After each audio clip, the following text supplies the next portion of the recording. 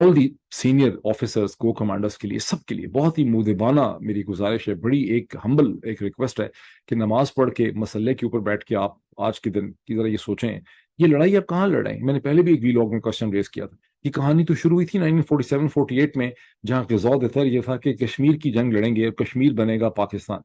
जहाँ 47-48 की लड़ाई और फिर सीज फायर होती है, वो तो बेसिकली आज़ाद कश्मीर का सारा एरिया तो, गिलगित बल्तिस्तान तो लोगों ने, स्काउट्स ने खुद अपने आप को आज़ाद करवा लिया था, वहाँ तो कोई आर्मी की हमें ज़रूरत पड़ी नहीं, वो तो एक सेल्फ डिक्लेयर्ड ऑटोनोमस एरिया है। It was never liberated bye Pakistan army और बाय एनी गोरिल्लाज और व्हाटएवर। वहाँ के लोगों ने खुद अपनी इंडिपेंडेंस डिक्लेयर कर दी थी, और महाराजा हरि सिंह की जो फौज का कमांडर था उसको नजरबंद कर लिया था, फौज को उन्होंने, जो भी उसके यूनिट्स वहां पे थे उनको उन्होंने मार भगाया। ये तो लिविंग, ये तो नोन हिस्ट्री है, इसमें तो कोई डिस्प्यूट नहीं।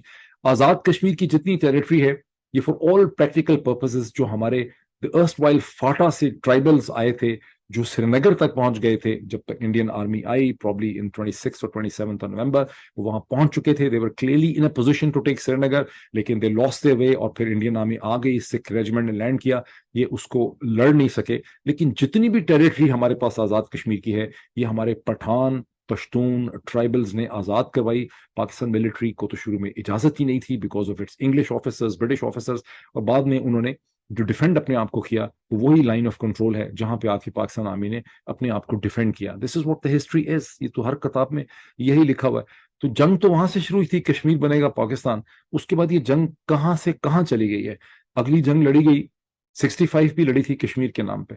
फिर 1969 और 71 के अंदर the armed forces of Pakistan, the Pakistan army was fighting where, in east Pakistan, Pakistan के लोगों के साथ, पाकिस्तान के अंदर, घर में, जहां मुल्क दो लख्त हो गया, टुकड़े हो गया। वो जंग हमने अपनी सरजमीन के अंदर लड़ी, अपने लोगों से लड़ी। We lost the territory, we lost the population.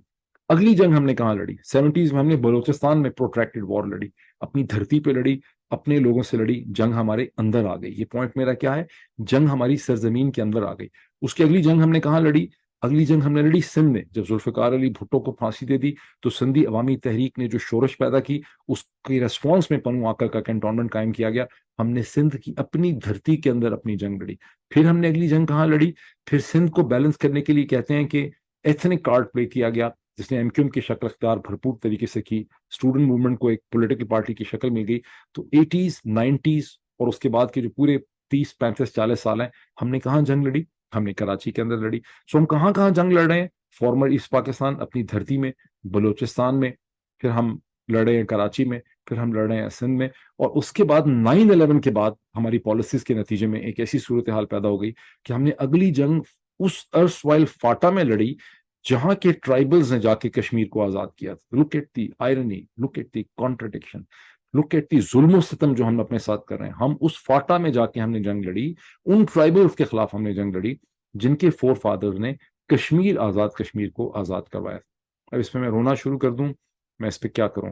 और उसके बाद अब हम जंग कहाँ लड़े, फिर हमने जंग मालाखंड डिवीजन में लड़ी, फिर हमने जंग सवात में लड़ी, और अब आईएसपीआर की प्रेस रिलीज कहती है कि हम इनको छोड़ेंगे। Sir please kindly, due respect, हाथ जोड़ के आपसे कहते हैं, को थोड़ा सा पर्सपेक्टिव डेवलप करें, कोई थोड़ा सा पर्सपेक्टिव डेवलप करें। अब आप लाहौर में लड़ने लगे हैं, फैसलाबाद में लड़ने लगे हैं, गुजरांवाला में लड़ने लगे हैं, इस्लामाबाद में लड़ने लगे हैं, पिंडी में लड़ने लगे हैं, सवात में लड़ने लगे हैं, पिशावर में लड़ने लगे हैं, मर्दान में लड़ने लगे हैं, दोबारा से कराची में लड़ने लगे हैं। कुछ थोड़ा सा पर्सपेक्टिव तो आउट ऑफ बॉक्स इसमें डेवलप करें कि ये चीजें जा किस तरफ रही हैं। और वो जो दूसरा वाला पॉइंट था, पहला वाला पॉइंट आपका बिल्कुल मीनिंगलेस है, इसको साइड पे रखें, कहने में की हद तक ठीक है।